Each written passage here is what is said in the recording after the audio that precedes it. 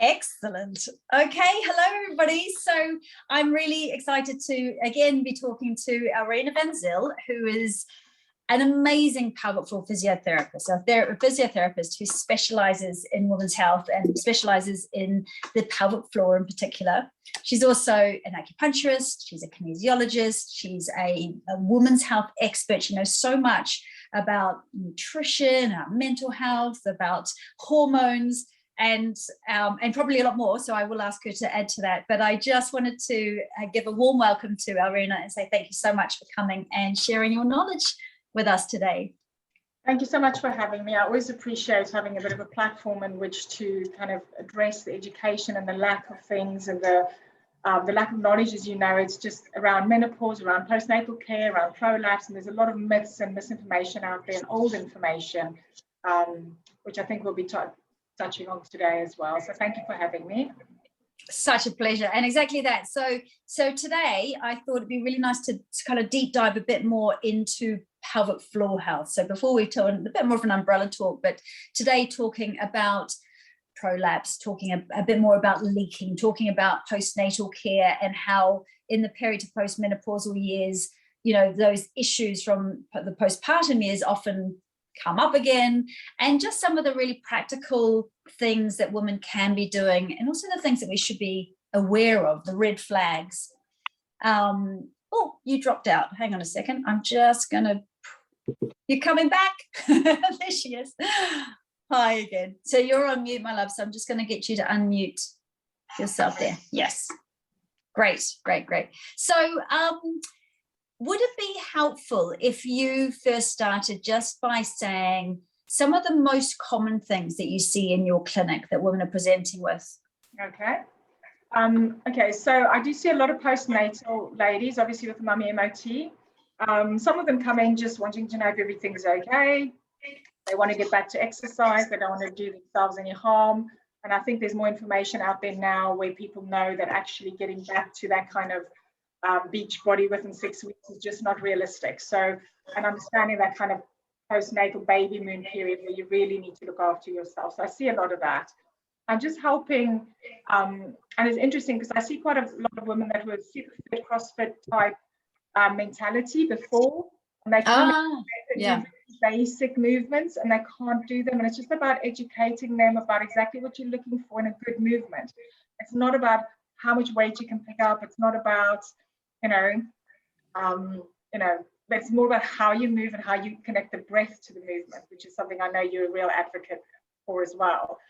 And then on the other side, I see women who've never really done much, or they're overcautious and they're just too scared to do anything, and they actually have stuff in clinic that they didn't think they would be able to do. And that's really motivating for them as well, because they can kind of jump forward with their rehab and really get going with stuff, as well as taking care of themselves, as part of taking care of themselves, So it's about just getting people to understand their own bodies postnatally, because it's not the body you had prenatally. One of the ladies I had yesterday was like, oh, I used to be able to do this. And at one point she was so close to tears because she was just like, oh my goodness, I used to be able to do this really easily and now I can't do it. And I just had to point out to her what her body had been through. You just have a different body postnatally, hormonally, physically, and you can embrace that and be safe with that, and actually come out the other side often even better than you were before, because you understand your body so much better. So I just jump in because that we are so mean to ourselves, aren't we, as women? We've got such high expectations of, and obviously the media and everything plays into that. But I just want to say to if any of you who are listening to this are thinking, yeah, well, that's me, my body's letting me down, it's leaking, it's doing these things that it didn't used to, it's painful, and I used to have this fitness I never used to have to think about stuff, I could just do it. Please let me be an example, and Elrina be an example. After my third baby, I couldn't walk, my pelvis was broken, pubic bone was split, and I had months and months and months of the kind of stuff that I teach in the wellbeing space, and I'm back You know, I was back jumping on trampolines and things. Now I'm not, because I'm perimenopausal, but I'm still, you know, I feel strong and I do work at it constantly. It's not something that I take for granted, but shifting mindset into what I used to be, as opposed to now, with all the wisdom and also the appreciation of the fact that this extraordinary physicality that we're living this lifetime through has created several human beings on my, you know, it's actually, it's a mind shift. It's an acceptance, and then stepping truly into that acceptance. That's where the power is, because that's when you can start working with what is actually presenting with your body without that stupid, wait, but Kate Middleton got back, you know, or whatever. It's much more kind, isn't it? Yes. When it's all about kindness, really, and that's not something that's popular. You know, it's not popular amongst friends. You know, it's popular to say, oh gosh, my belly's so big, or my bum, or whatever. It's not popular to say, gosh, I feel great in my body today. You know, I am the new hotness. You know, I'm surviving a pandemic. I am the new hotness. I've had a baby. I am the new hotness. And understanding that actually embracing where you're at right now is actually a step further forward rather than falling back. Do you know? Embrace where you are right now. How can you step forward? And that's the whole epigenetics of really truly understanding, and this is the real cutting edge of science, that what we think and how we think about ourselves absolutely does have a profound effect on how our physicality is actually showing up. I had a recent example of a friend who had a stage 3 prolapse, was really suffering with it, really bad symptoms, and then had a big shift in her life where a whole lot of stresses went, and financial stresses, emotional stresses, and she was just in a much, much better space and able to start doing exercises that were safe for her, etc. And now she's asymptomatic. So I don't know if I think her prolapse has improved a bit, but she doesn't have any of the normal symptoms, and she's a different person. And it's because of what's going on between the ears. And it's amazing.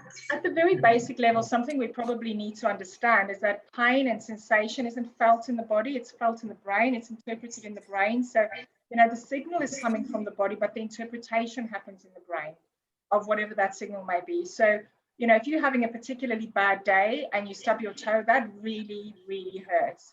Your interpretation of that pain is layered on top of everything else that has gone on to that day that's affected the limbic system. And if you've had a really good day and you stub your toe, it's a small irritation, but it's not the end of the world. You're not likely to burst into tears because of it, because the limbic system has more there's more leeway for those signals to come through and be interpreted in a more benign way.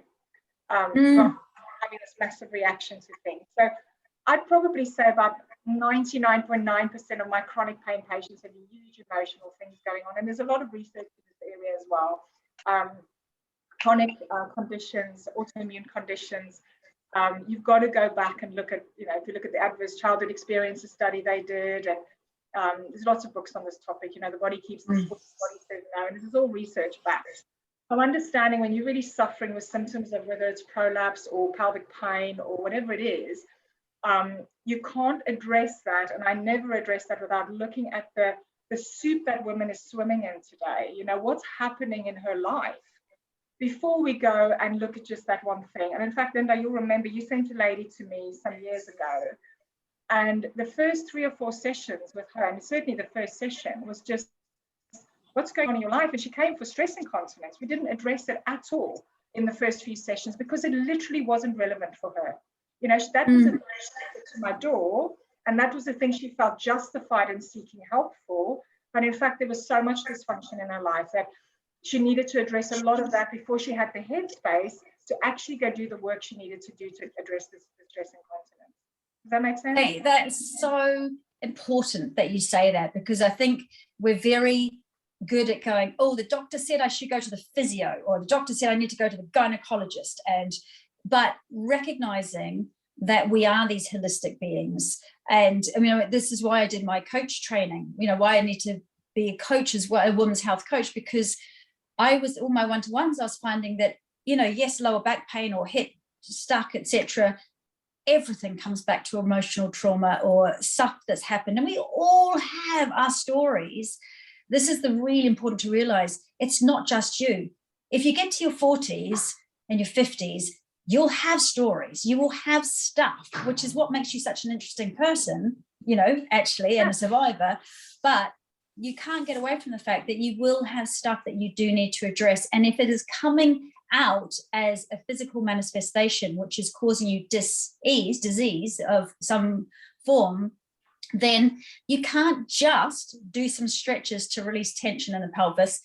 You need to also address why that tension is all there. And it doesn't need to be a big thing. Sometimes it's just literally having somebody else hear you, or being held in a safe space to express upset, anger, disappointment, grief, whatever it might be.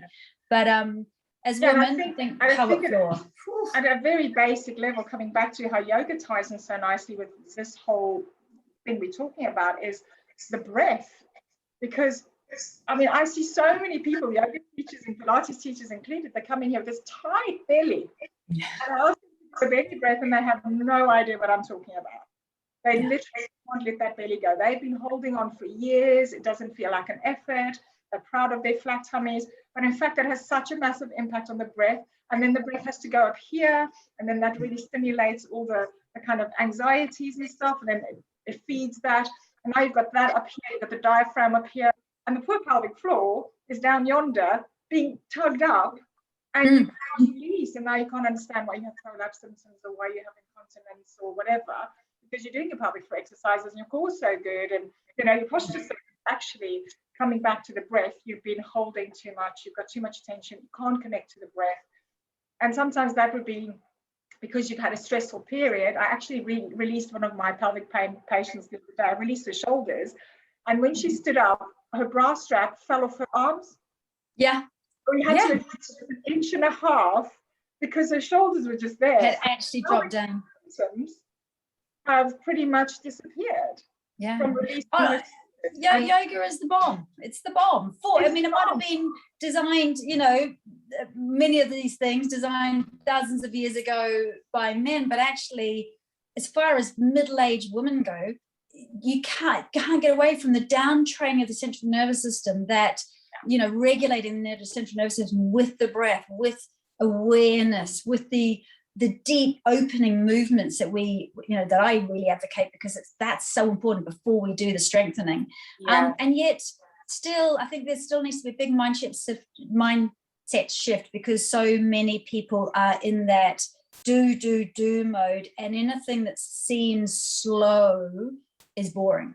And there's, I'm as guilty as so well, I'm glad you found the that relaxation. You've enjoyed that one. No, it's also a personality thing. We have this thing about go, it feels good, and it gets the adrenaline going. Certain forms of exercise really stimulate that. They're popular. They feel good when you do them. Loads of endorphins. You exhaust your adrenals if you're not in a good space to do them, but they feel good at the time. One of my patients came in yesterday, and she said, I'm on top of my food and I'm on top of my workout. I'm just not sleeping. I was like, what is that? 5 o'clock in the morning to do my workout because I feel really good. I said, no, what you're doing is you're exhausting your adrenals instead of, just sleeping for another hour. But it's that mentality, isn't it? It is. And, I was absolutely and I kind of still am a bit, but I know how to. I've got all the tools now, and I've got the awareness, which is a big thing.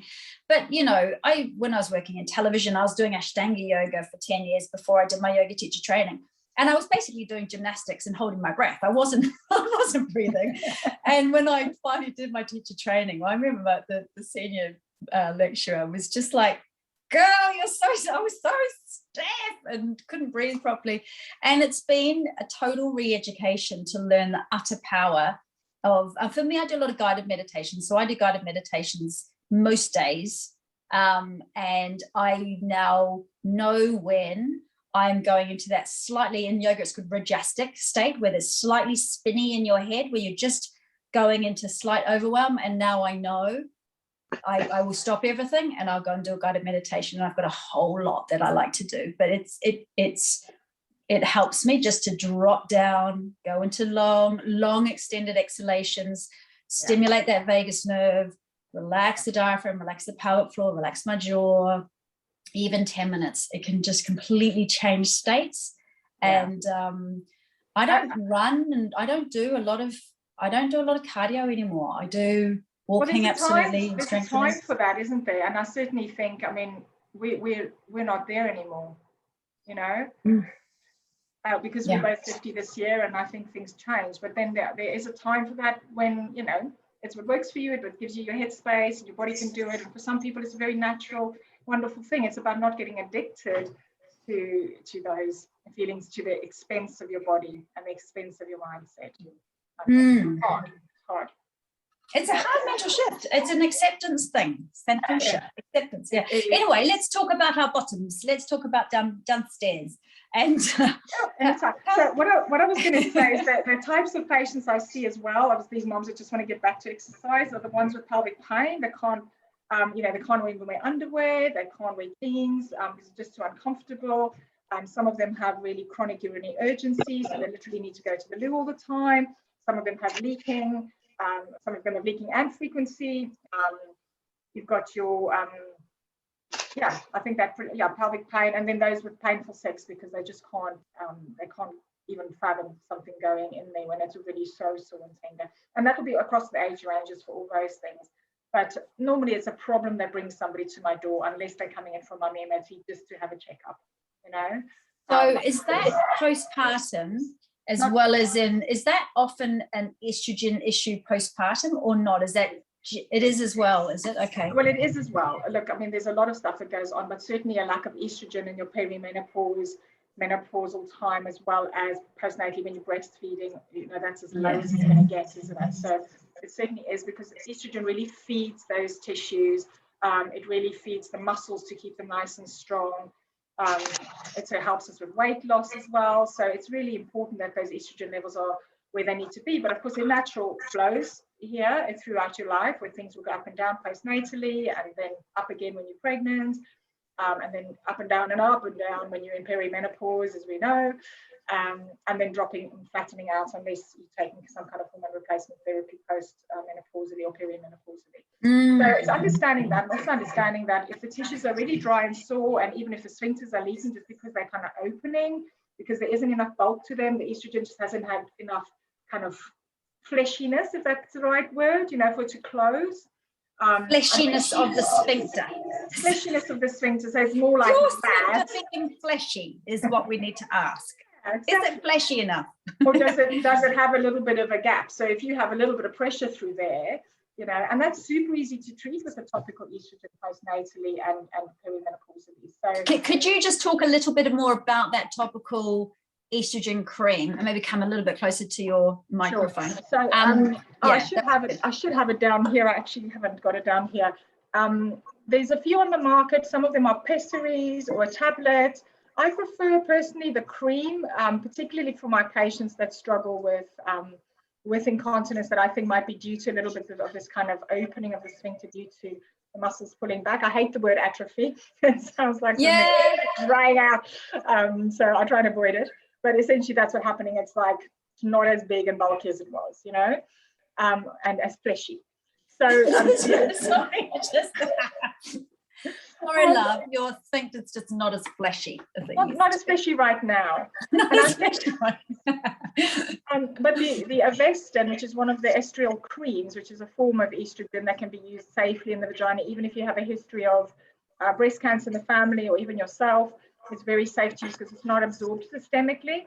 And because it's a cream, you can put it on the actual sphincter, you can put it on the labia where it's dry, rather than a tablet that's a dry tablet in a dry vagina, which is very unpleasant. But I know it still gets prescribed. So when my patients have been prescribed that, I ask them to use a vaginal moisturizer, which is, I like the one from Yes. It's safe, it's vegan, it's organic, I love it. And that you can squirt in with a syringe, pull it up into a syringe, squirt it right inside. And then if you've got the tablet in there, it can dissolve it for you because you don't have the normal lubrications that you would normally have. And it's nice just to use that, like the yes. It's like that one is made with kiwi fruit extract, isn't it? So it's just like a slippery moisturizer. And you think about our faces, if you don't put moisturizer on your face when you're in your 40s and 50s, it feels dry. And it's like down below, we start to lose that, the estrogen makes us lose that elasticity and that suppleness, and so just pushing a bit of just makes it feel better, doesn't it? It does. And I mean, I just think, be prophylactic with it, start in your 40s and use something down there, use a nice lube before you get to a point where sex is painful, or you've got incontinence or whatever, but obviously postnatally as well. So one of my big things postnatally is to say lube. I want you to use lots of lube. If they've got if they're not using condoms, I'll often have her use the oil-based lube and put the water-based lube on her partner. So you get that lovely glide and slide. So there's no friction, there's no unpleasantness. And because the oil-based lube, if you put it in a syringe like you do with the Ovestin, and you put that right inside, it coats all the tissue. So you can do that hours before, and you can even do it every day, but everything is coated, because oftentimes they'll say, it's fine at the entrance, but once it's in, it really hurts in there. Interesting. This is a way to actually get it to coat around the cervix and around all the folds of the vagina. Right. So really more like a KY jelly? Is that what you're thinking? No, absolutely not KY not KY jelly. Because you said an oil-based or a... So that's the one I like. Just happens to be on my shelf. Is that not a water-based one? Is that a... No, it is oil or plant oil. Okay, so I get you. So it's a great one. And then I'll just see, I've got the water-based one. Okay, plant oil. Yes, when she said oil, I was thinking, what's that? Because I thought that the yes was actually what you'd call a water-based, but I guess it's a plant oil. That's the oil-based one. That's the vaginal moisturizer. Okay. And then they've got their water-based one. So obviously you can't use the oil-based one with condoms, even latex-free condoms will degrade. So if you don't want to have a baby right on top of the baby you just had, I would suggest not. Yes. If condoms is what you're using, but that would work. It's funny, just the term dryness, because I think a lot of women, internally they might still, if they were stimulated, might still have enough lubrication, but externally it feels uncomfortable. But you wouldn't associate the word dry with the pelvic floor. So it's quite hard to make people recognize that if there's discomfort there, if it feels just a bit itchy or scratchy, that actually means dryness. It's dry. Not only flaky, but it's still dry. The quality of the liquid that we're talking about, it changes through the month with your hormones, doesn't it? You can feel sometimes it's thicker, and you can sort of do that with it for a bit, and sometimes it immediately goes all tacky and horrible, and you're sort of doing that. And it's about understanding, depending on where you are with your hormone cycle, even if you don't really know where you're at with perimenopause, sometimes it's going to feel really lovely and glidey and slidey, and sometimes it's just not. And that's where I feel using something like a lube, where you're just helping yourself a little bit, because you might, get, and it's also a good thing for men to understand that you being wet doesn't mean, you turned on or not turned on, because it depends what your hormones are doing, So it's quite to feel, I'm just not, like, I'm inadequate or whatever, because I hear this all the time. I'm like, that is not your fault. Your hormones are just not where they need to be. So that's why we have these products on the market, and hormones that you can use that are perfectly safe to use to get your body to do what it's supposed to do.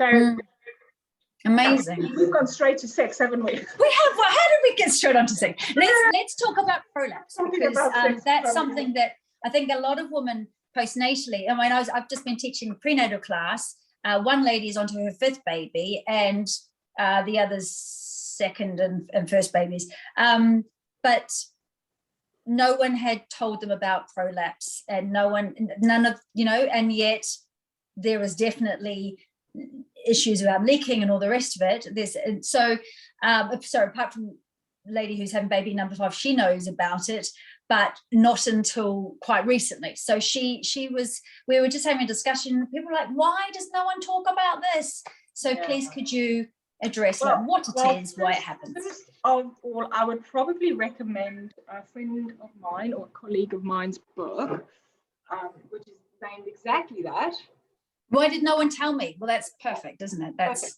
good. It's about motherhood and the stuff we didn't know, you know, so by protecting and healing and nurturing your body through your pregnancy as well as post, sorry, I'm sitting on a ball, so I keep falling back. Oh, yeah. I can't sit on a stool, my coccyx doesn't want to know. So, yeah, so if I disappear, that's because I'm on the other end. That's because you're on a ball. I might go and get my ball as well. It's a good idea. Yeah. So I think that's a great book for moms to actually buy when they're pregnant, so that they just have more informed choices. And even postnatally, that book is quite, you know, even like years later, you go, oh my gosh, that explains all of that stuff that went on for me that I'm only now starting to understand. And at the base level here, understanding as a woman that you are responsible for understanding your own body. Most of the research out there is done on young male students. So there's very little research around women at all, women's health, not just women's health, but women, full stop. So it is your responsibility, because you're the only one going to take the consequences of this, to understand your body, your hormones, your pelvic floor, and just know that you can take actions for things to turn out the best they possibly can for you, you know. And coming down to something like incontinence, and knowing that that is the main reason women get put into nursing homes is because of incontinence.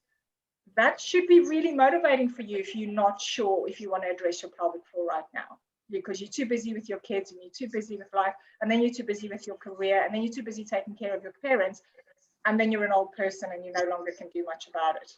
So I think that's a really important and scary statistic to really understand in order to put that on priority number one.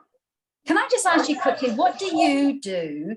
Because I have people calling me a lot saying, you know, I've just gone for a run and my whole bladder leaked, and, you know, I can't believe that happened to me. And I'll say, okay, this is a big red flag and we do need to do something about it. And this is what you can do about it. And these are the classes that I'm running, and go and see someone like yourself, Elrina. And then people will often go, well, I can't, because I've got a really busy job and I've got my kids and things. And even if they are suffering, and I know how much they're suffering, they will not make changes to their diary to put themselves first. And I know there's a bit of a shame thing there, and just like we talked about before, a lack of acceptance and so on and so forth, or just literally wanting to be able to have an appointment with one person and then it all be fixed, or take a pill and it all be fixed. And if, as soon as I start talking about, you've got to take responsibility, it's for the rest of your life, you know, I'll teach you the stuff, but you literally have to be practicing it for life. It's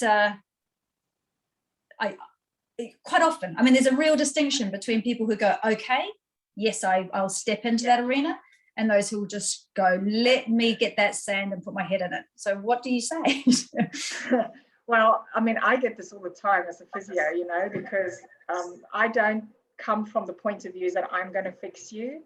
I'm going to give you the tools to fix you. You've got to go find the time. So one of the big things I use is the needs creed from Bonomene. And I do a needs creed with them so that they can start understanding how dysfunctional things have become for them. And once they start understanding how dysfunctional things are and why this isn't a priority, and looking at their values, you know, what is a value to you? If they say to me, my family is my first value, and hence I don't have any time to take care of me, I really make the point that without you, what does your family look like? Without you, what does the function of your family look like? And I'm quite straightforward on this, and I really drive the point home, because you have to create pain for people to really see the cost of not taking on that task. And then just making sure that they understand that it's not necessarily a huge time-consuming thing, but it's often the headspace, isn't it? It's the headspace for somebody to understand that if I don't take care of me, my kids are going to have to take care of me. The kids that I just said are my first value and priority. Is that what you want for them? You know, like that. Yeah, I mean, do you want, and I had this with a patient the other day, because her children were her first priority. She didn't have any time to take care of herself. She changed her appointment about 5 times before she ever made it to me. And I said to her, so this child, oh, I think she only has one actually, this child you care so much for, you want her to take care of you and make that decision to put you in a care home because you're incontinent. That's what you want for her, because that's what's going to happen. That's the reality. Your daughter is going to have to make that decision to say, I can no longer take care of my mom. She can't take care of herself because she's incontinent. She's going to have to go into a care home. That's the reality today. Wow. It's a harsh one. I understand that, but honestly, we need to hear it. Yeah. Yeah. Yeah. It's a bit of, I guess it's all back to that. You can lead a horse to water, but you cannot make them drink. And the sad thing is that it tends to be for a lot of women, they tend to get right to crisis point before they are finally able to say, okay, no, I have to stop and break down, or prolapse has got so bad it's potentially surgery. And that's sad because there's so much we can do preventatively, isn't there? And even if whatever situation you're in, there's so much that can be done to improve your situation conservatively, which means through exercise, breathing, nutrition, sleeping, changing of lifestyle, reprioritizing, et cetera. Absolutely. So that segues back to what is prolapse. So I think let's quickly talk about, do we need to quickly go through the anatomy of the pelvic floor just so everybody understands? Just like just do it. Yeah, why don't you, if that's okay? That would be good. Just so we know which organs are in there and why they sort of do what they do. And then I'm probably going to share my screen because I want to just share something, because the model of this has changed a lot in the professionals I hang around with. So there's still people who still think differently, but the way I think and my compatriots think differently about this. Okay, amazing. So we've got the pelvic floor, okay, with all the musculature in there. So before I put all the organs in, I'll just break that down quickly. Can you still hear me? Yeah, I'm just spotlighting you so everyone can see your. Don't lick your lips. My nose sticking through the rectum. It's great. You can bring it out the way. This is why in front of your face. Everything out of the way. Right. So we have the vagina there and the rectum and anus there, and then you can see all the musculature that sits around. So these are your levator ani muscles, and those are the ones if you sort of tuck your bum in and pull the vagina, and you can sort of really feel those lifting up. So they come forward. So this is why we're not simply lifting up to the belly button, we're actually putting forward to the pubic bone. So it's up and forward. This is why we kind of use the cue of an elevator, an escalator coming up. So that's often the cue I use. And then you have the other muscles that sit around here. Now understanding, and I mentioned this last time, these are skeletal muscles. You can see they go from bone to bone. So they're no different to your bicep and your quad or any of those. And they're there to give you stability and movement, okay? Because our bodies are designed to move. So I'm not going to go into too much detail, except to say these guys also rotate the hips. So you start seeing how that links in to the next layer. So we'll get into that in a minute. So back to the pelvis. We have several organs that need to fit in here. So we've got the rectum. Now, if you are using your rectum as a storage space rather than a transition space, you're probably going to have a problem with continence, because if that's any bigger than a transition where it's just coming through, touching the sphincter and out, you're going to end up with a prolapse in the rectum. So where the rectum pushes forward into the vaginal space, because over long-term constipation, those hard stools where they've sat there drying out because you didn't go when you needed to, because you were in a shopping center or at a friend's house, or whatever the reason is, you didn't go when you needed to. And I already see this with young children. I don't go at school and I don't get my friend's house, I wait till I'm home. So what they're doing is they get the signal and they wait. And now you're widening this soft tissue, which then presses into the posterior wall of the vagina. And then you get this kind of pouching of the rectum into the vaginal space, okay? So that's a really important thing to understand, because pretty much 100% of women I see have it. I know statistically it's 40%. And I'm not talking about women postnatally, they can be in their 20s, and I'm already seeing evidence of rectocele. Okay. Right, one of the first things I ask when I do one-to-ones is, what is your poo like? What's your constipation like? Do you have constipation? People are quite shocked when I ask that, but yes. So anyone listening to this, it's so important that you sort out your diet, your movement, your sleep, etc., so that constipation isn't an issue. So exactly what Elrina's talking about. It affects everything.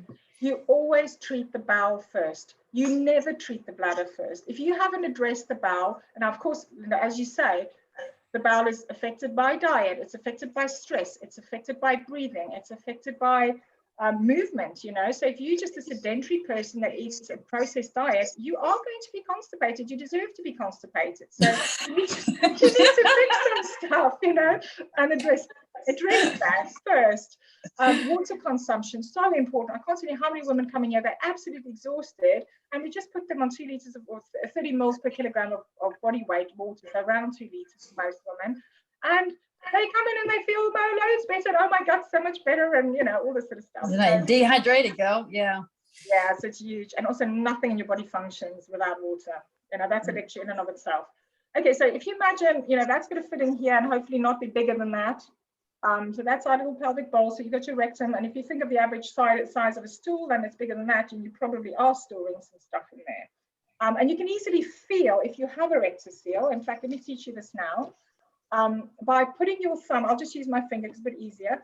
By putting your thumb into the vagina and feeling the back wall, you shouldn't feel anything there. You might feel that the skin feels a bit pouchy if you don't have a stool in there. Oh, lost you again.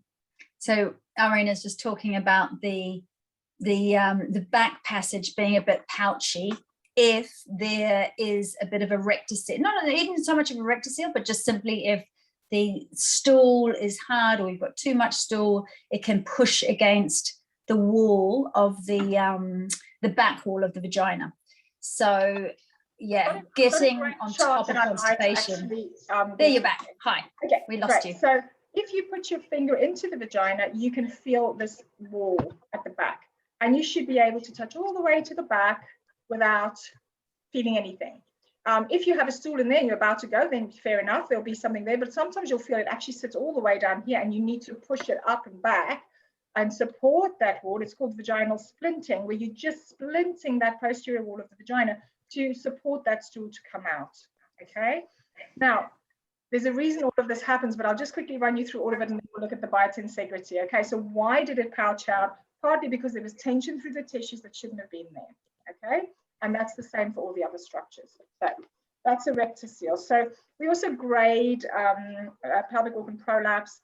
The more sort of common way we're doing it now is mild, moderate, severe, or it used to be grade 1 to 4, grade 4 being procedentia, where the organs are actually outside of the body.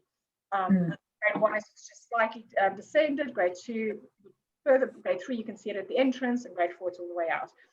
I tend to just use mild, moderate, severe descent. Okay, so we got that. And then if you still have your uterus, that'll be in there as well. If you've had a hysterectomy, they will have removed that, but obviously you'd still have your vagina. And understanding that during your period, during ovulation, there's a lot more blood flow in here, which then creates less space in the entire area. So if you have a little bit of leaking and it's only, you know, or constipation, or suddenly you go all the time, understanding why that is, okay? Because this also has to fit in there like so. I think that's really important for women to realize, to start tracking their cycles. So just having a little notebook by the bed, write down every day how you're feeling energetically wise, but also if you're bloated, also making a note of constipation and this kind of thing, and when you're leaking, because as Irina was saying, if you are you know, you're about to have your period and your uterus is a bit more enlarged and everything is so packed in, we've got the bowel that is supported by the uterus, which is supported by the bladder. Bowel is supported by the lumbar spine, and the bladder is supported at the front by the pubic bone and lower belly. And so if one of those things is a bit bigger, whether it be the bowel or the uterus, the poor bladder is likely to get a little bit squashed and agitated, isn't it? Yes, yeah. Absolutely. You actually said something now that actually triggered something for me. Now it's just gone. This is what we do, isn't it? Just talk. The joy of menopause. Anyway, hopefully it'll come back to me. I bet you're gonna say about the uterus, if you have had a hysterectomy, and there is then the gap there for the other organs to so there's a bit more space, and then you've got this kind of vault, it's called. So that's a different type of prolapse. So if somebody has had a hysterectomy and that it's no longer uterine descent. Oh, she's gone. But oh gosh, I look so tired. So she is talking about the fact that it's incredibly important, if you have had a hysterectomy, to always stay on top of your pelvic floor exercises, to be vigilant with bowel health, because what we don't want is for the other organs, the bladder and the rectum, to drop down into that space and into the vagina inappropriately, or because you haven't done enough support work to keep them strong, to keep the muscles around them strong enough. So yes, I'm going to change what you just said in a minute. Okay, so just bear with okay, you're back now. Did you know you just disappeared? Yeah, I saw that. I'm not quite sure if it's my internet dropping out or if it's... I think it must be. You're back. So I was just trying to talk while you weren't here, but you're back. So there's your bladder, and if you put up to 500 mils in there, that must only be about, what, 50 mils, you know? So imagine that, nice and full, also fitting into this teeny tiny little space. So you can see a significant difference. Oh, that's what I was going to say. With prolapse, women will often say to me, my symptoms of dragging, heaviness, discomfort is worse when I'm coming onto my period, worse when I'm ovulating. And that is also because there's more blood there. You know, your estrogen is kind of not really available, so it's not letting everything be supported. Now, let's just quickly look at a very different model of anatomy, because the old model of anatomy was very much about levers. You know, I've got the bone and I've got a muscle and a tendon and it's pulling and therefore it does this. And it explains things to a certain extent, but it certainly doesn't explain why we can do graceful movements. It doesn't explain why we can swim, why we can be on all fours and not fall apart, why our scapulars don't just drop off the side of our backs, you know. So the biotensegrity model shortly is about understanding a network of fascia that holds the whole body kind of suspended in space. So if you've ever seen a gymnast move or a person swim, you can see how that kind of movement happens. Now, if we were just structural stacked, you know, this is stacked on that, is stacked on that, it doesn't really make any sense, does it? Because how would you do that?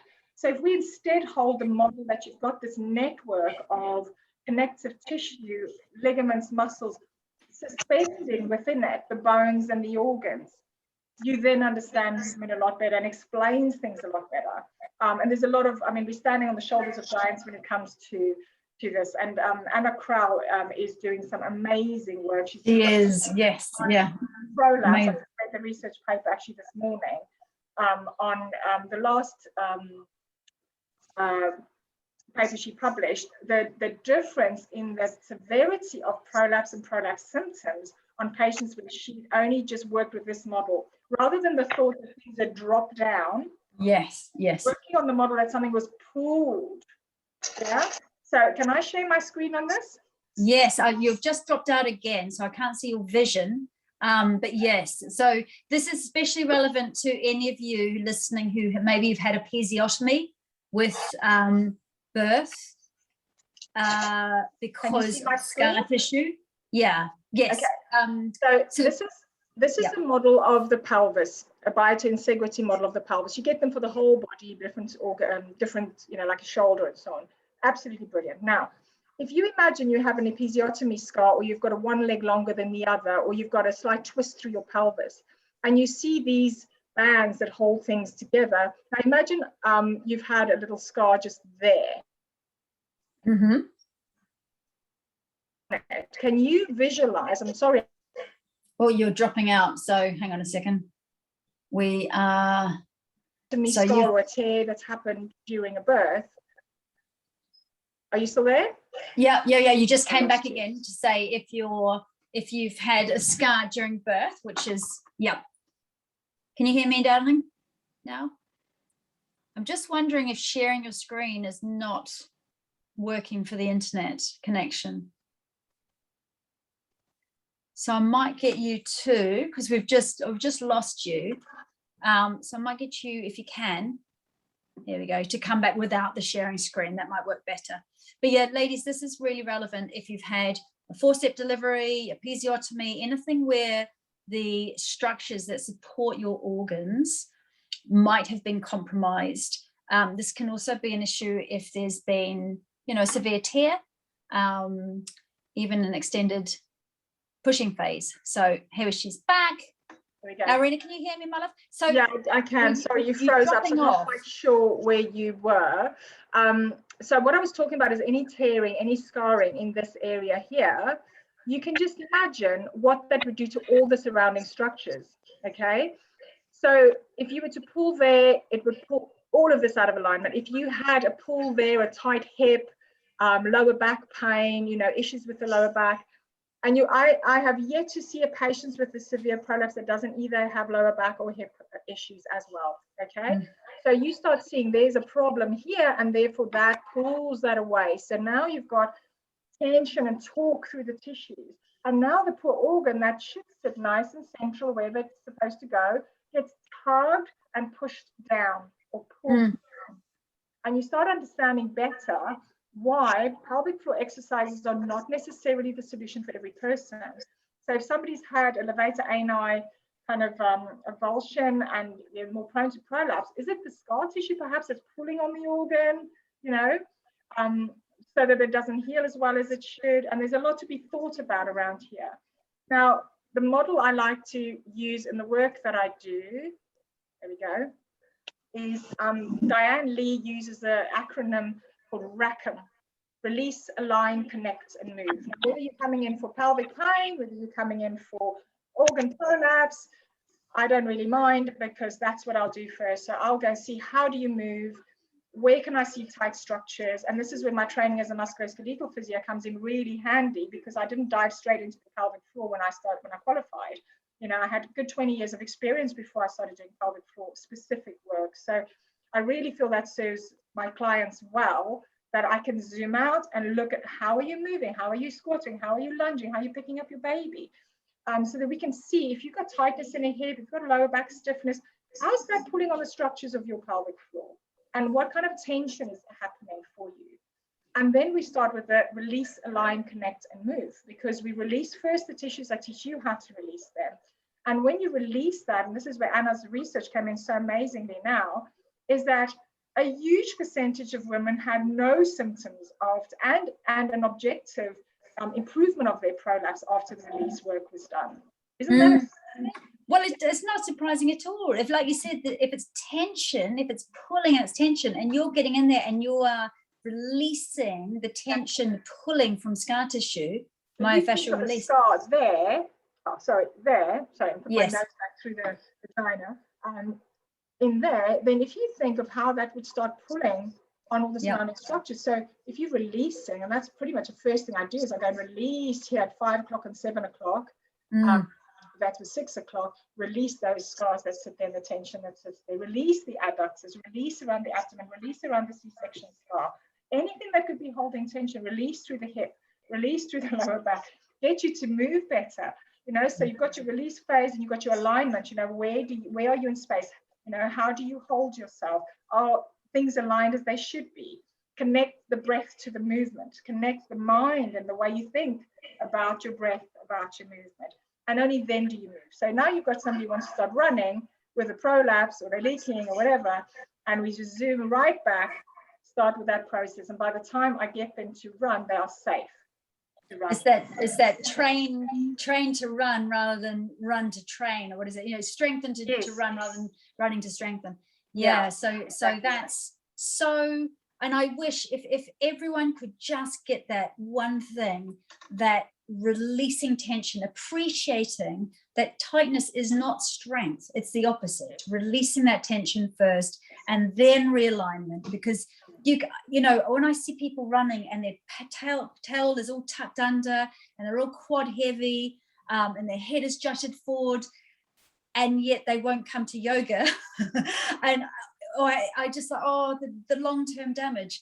The long-term damage. But Linda, this is exactly where we work together so well, because we understand that, you know, and for me to know that if I send somebody to you and you're going to release through the pelvic floor and have them do happy baby pose and stretch through those structures on the episiotomy or tight structures through the pelvis and get those lovely big hip rotations where the whole pelvis is moving, and understanding, I mean, the girl, I won't be too personal, somebody I know well, that I train with, she was doing those hip rotations with me today, and she couldn't do them, you know, and I know the medical history, and I'm like, you know, because you can see if somebody doesn't move well, yes, you're going to have painful sex, yes, you're going to have urgency and frequency, you know, yes, and you start understanding more why this stuff happens, and that it's not a question of needing surgery straight away, because, I mean, Anna's results were showing that patients who were just doing pelvic floor exercises correctly done, you know, at the correct dosage and so on, were getting between a 5 and 15% relief of their symptoms.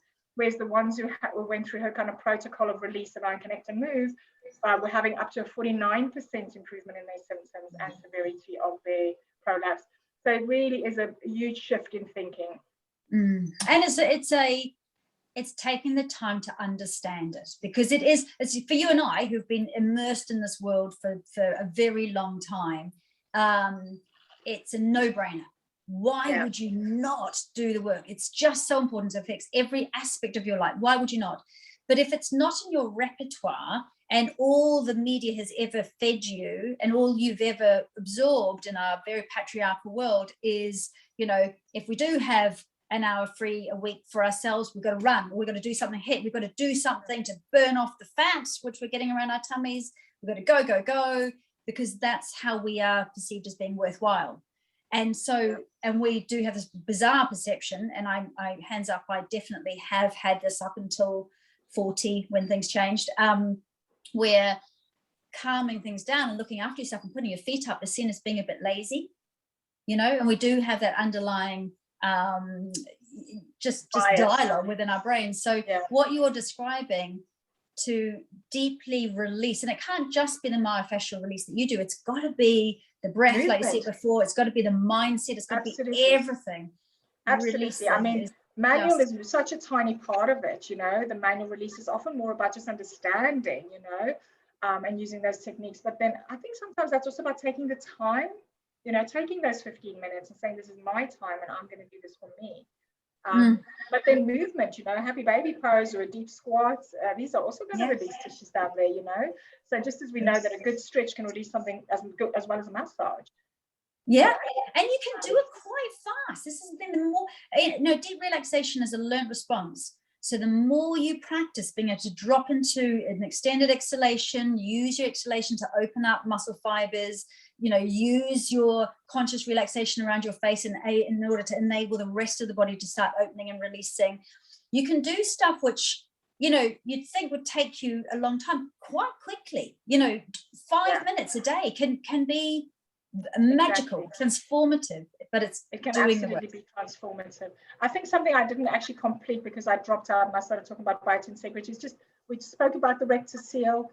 You can get uterine descent, you can get a vulv prolapse if there's no uterus, you can get a cyster seal, which is the bladder dropping down, and then you can get a urethra seal, which is the urethra actually coming out and dropping out. Now what's interesting about that is most of my patients that come in with severe symptoms, they're really bothered by it, the quality of life's affected, they feel like something's dropping out of the vagina, they can't stop thinking about it, are urethra seals. And that is like the least kind of worrisome one, you know, it's just, and it's pretty easy to treat because again, it's so surface, you just release some bits and it really helps to get them back into place. But it's, so that's interesting. And often a urethra seal has, I'm feeding back. Often a urethra seal has more symptoms or more feeling of drag. Yes. Because that is dropped down into that sort of pouch of Douglas. Is that right? Yeah, or sort of, exactly.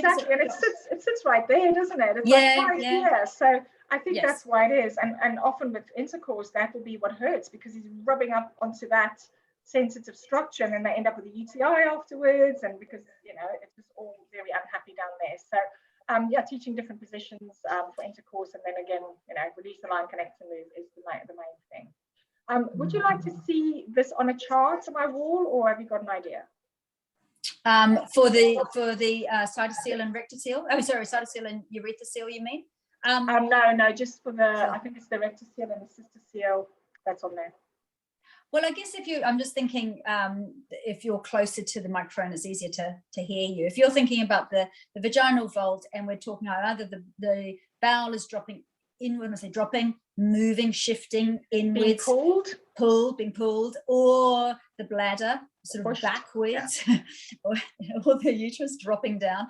And you can have all three, can't you? It's not, you can have multiple. And I think prolapses. Understanding, again, for me, I see loads of patients with hypermobility as well. And I think that's probably the biggest population that I see, because, you know, they go into a birth kind of unprepared for the kind of changes that would have happened to them hormonally and to their connective tissue, which was already challenging. And now they have these extra challenges. You know, they end up with the diastasis between the tummy muscles, they end up with the prolapses. And again, most hypermobile patients at a certain point in their life will get stiffness. And I've had patients who didn't know they were hypermobile. They just think they're stiff because the body has so protected itself and gnarled up that fascial tissue that it no longer can stretch and expand. So now you understand why they're more prone to have the prolapse, because you just internally they're still really stretching. My son Patch has got, because he's got a neuromuscular disorder. He's hypotonic. So when he was little, he was totally floppy, like a jellyfish, totally floppy. Now the stiffness in his legs are he's got corkscrew tibia, but the stiffness in his calves is also causing his feet to go right out to 45 degrees. Wow. So even though he's hypertonic, and that affects his pelvic floor, it affects his gut, it's the transit, it affects everything. Actually, he's got real problems with being hypertonic, being very, very tight. Yeah. So, and he's an extreme version, but you see this all the time, don't you? People who pop into their ligaments. Yeah, it just comes back to that biotensegrity and understanding that if something is pulled that way, something else is not going to be able to go that way. If something's gone there, it's not going to be doing that. So we can see this, it's logical. This is why when this model came along, we all went, oh my goodness, that explains all of it. It explains why a patient with a tight right big toe can have left shoulder pain, because of that kind of how things are tugging and pulling. And I think the way I like to describe it for people that they understand it better is, imagine you've got like 5 layers of onesies, Hessian, jute, fabric onesies on, covering your entire body. And somebody has taken that liquid white glue, and every here and there, they've squirted that glue in, and you've got to try and move with that onesie. And can you feel how it pulls on those bits that were stuck? And when you start releasing, oftentimes I release one bit and they'll go, oh, that feels absolutely fine now, but oh my goodness, now they can feel the next bit that doesn't. Yes, it's like that game theory of pain almost, isn't it? Where your brain so as you release one thing, the next thing is now the tightest structure that goes, hey, pay attention to me next. Yeah. And you go through the whole body like that. So I'll sometimes spend a whole hour with that special tool I have to release fascia, just going around the body and chasing the next tight area. I've been describing it, I don't know if you, as like a crepe bandage. Because I was thinking, that's quite, and then when you pull, so some of the stretches I'm doing where I'm, getting people to, if I'm kneeling, press down through the knees and open up the sideline, and then play with positioning of hand and lengthen like we're pulling a crepe bandage, and then back again and crepe bandage, so that we can hydrate that fascial system. And also it helps with lymph drainage, because you can feel that kind of, when the fascia hasn't moved well, the lymph and the liquids that need to move in between, where they should be gliding and sliding and really kind of lubricated. I like to think of it as candy floss, because it's actually what it looks like anatomically. And it sits between these layers. And when you move, it kind of dissolves and it forms some more, and it dissolves and it lubricates. But when you don't get enough movement, either through inactivity or poor posture or tightness somewhere, those layers literally get stuck. So now you've got this going on, and or that, or even several layers of that, When I come across the top of the skin, what it feels like to me is corrugated iron or bubble wrap. Yes. And just trying to mobilize and get rid of that stuff in between. And that's really kind of new work as well that we're doing. Yoga. It does. It works really nicely together. Absolutely. Yeah. So what would you say to people who maybe are starting to have the first symptoms of prolapse, or starting to just realize they've got prolapse, or maybe have had a feel or looked with a mirror for the first time and gone, hang on, I look different down here? What would you say? This is your first. My suggestion would be to find somebody to have a proper look, so that, for one thing, to demystify and take some of the fear away. Because I think if patients send me a message saying, I think I have a prolapse, the first response is I say, please don't Google anything, because there's such a lot of misinformation. And in fact, I've literally just had this with my social media team. I didn't send them information for a post, so they just went and found some information themselves on prolapse and the pelvic floor, and it was also outdated and wrong. Sure. And I had to pull the plug on the post and go, I don't want you to post that. It's so outdated and wrong. And she said, but I went to like 6 or 7 different really kind of high profile websites. I was like, it's still wrong. Because the new knowledge is it's so fresh, it's so new, it hasn't really filtered through. So go see somebody who knows what they're talking about, who understands movement, who understands breathing. I'd actually far rather they saw you then go and see somebody who's going to say, oh, you need mesh, or you need whatever, you know. I know. Oh, yeah. Yeah. And unfortunately, that's happened. And for some patients, it's changed their lives. And for some patients, it's changed their lives not for the better. And then, of course, there's pessaries, which can help some patients to have more function. I would say, for me personally, that would be, depending on the severity of the prolapse, depending on what the activity the woman wants to be doing, depending on what is happening in that particular woman's pelvis and tightness, and if all of that's been done and she's still left with like a moderate, you know, affecting her quality of life, looking at somebody who will fit a pessaries can be helpful, or self-pessaries like the Uresta. There's a new product coming on the market in September called Contral. But essentially, they're just things that will kind of shut the bladder for you, or support the bladder, or other organs. Those can be helpful, you know. So I think I'm going to be a one-size-fits-all approach. No, I was going to look into sea sponges when I'm in Greece, because I'm in the area that is the sort of the prime place in the world for sea sponges. So I've just listened to a webinar about sea sponges. I've always wanted to know more about them as pessaries. So I thought I'd do a little bit of research when I'm out there, and see what kind of, you know, medical grade, good quality sea sponges are recommended from the source, kind of thing. So I'll let you know what I find out. Yeah. Gaynor, what's her surname? Gaynor. Yes, that's the lady I was listening to. Yeah, she's brilliant on pessary fitting and so on, you know. So there's all these different. I was just on a course with her as well. What's her surname? Gaynor. I can't remember now. I listened to a really interesting webinar that she was doing. I can't. Yeah. I'm a bit tired right now. Anyway, so yes, there's menopausal women at work. With prolapse, there is so much that can be done, and I think also just recognizing that it's not necessarily normal, but it's very, very common, and especially once you hit those perimenopausal years and the estrogen is dropping, and the levator ani and the other bands of muscles maybe are losing their elasticity.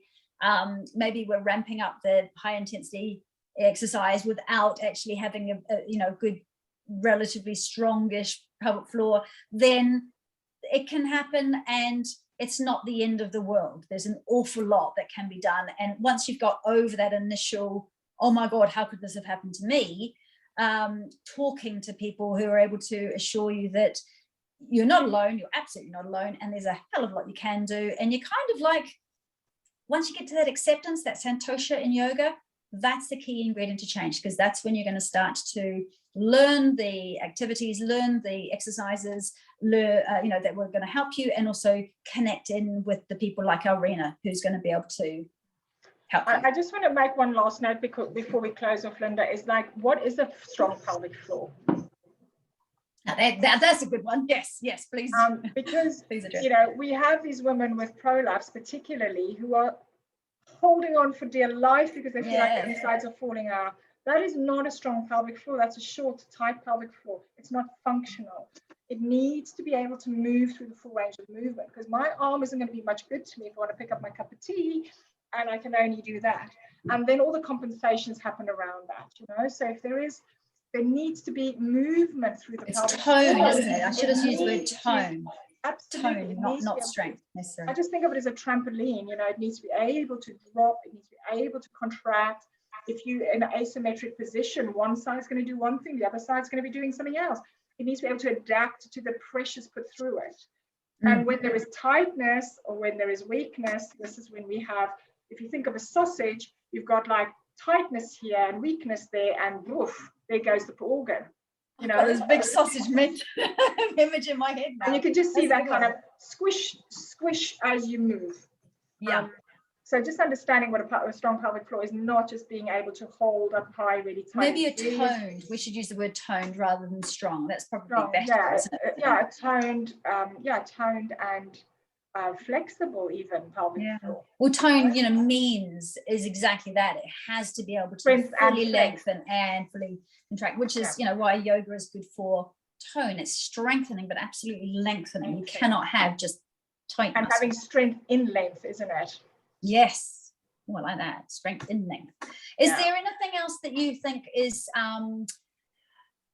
maybe about just, I was thinking about red flag of leaking, because that is probably the first thing that people, well, if you're leaking, there is a problem, either through the bladder or through the bowel. If you're leaking, there's a problem. And sometimes it'll be flatulence for women, so they're not actually leaking through the bowel, but they've got flatulence they can't hold on to.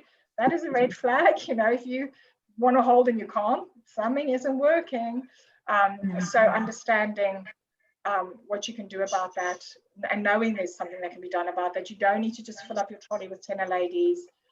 So many people just accept that, and that's so sad because they're too embarrassed to talk about it. And it's the same kind of thing that we've just been talking about. It is the, finding out if you've got tension patterns, releasing tension patterns. It is a mindset as well. Yeah. It is and doing a red flag again. Work. Yeah, a red flag again would be, do you have hip pain? Do you have back pain? Yeah.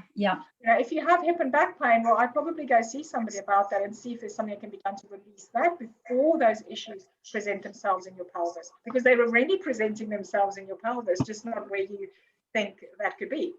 Yes. This is your pelvis, isn't it? Hips. Absolutely. Spine. Yeah. Amazing. Ladies who are listening, is there anyone who's got any questions? If not, we might wrap up. I'm just going to have a little wee squiz. No, I think we're good. Okay. I think, look, we could talk all day, you and I, couldn't we, about this topic that we're very passionate about. But thank you so much for joining. And let's please talk again. If anyone's listening and they've got specific questions they would like to ask Elrina, all her details are in the therapy tent, so you can just make an appointment directly with her. Or if you've got a question, you could pop it into the forum in the chat room, and she might be able to at least give you a little bit of direction, and if that's okay. And please do keep practicing, keep going, dipping into the tents, doing your yoga, doing your breathing, and really taking care of yourself. It is the most important thing that we can do as responsible women in 2021. Thank you so much for having me. I'm hoping that all made sense. It's always awesome to talk to you. Thank you very, very much for joining. And I'm just going to stop record. Okay.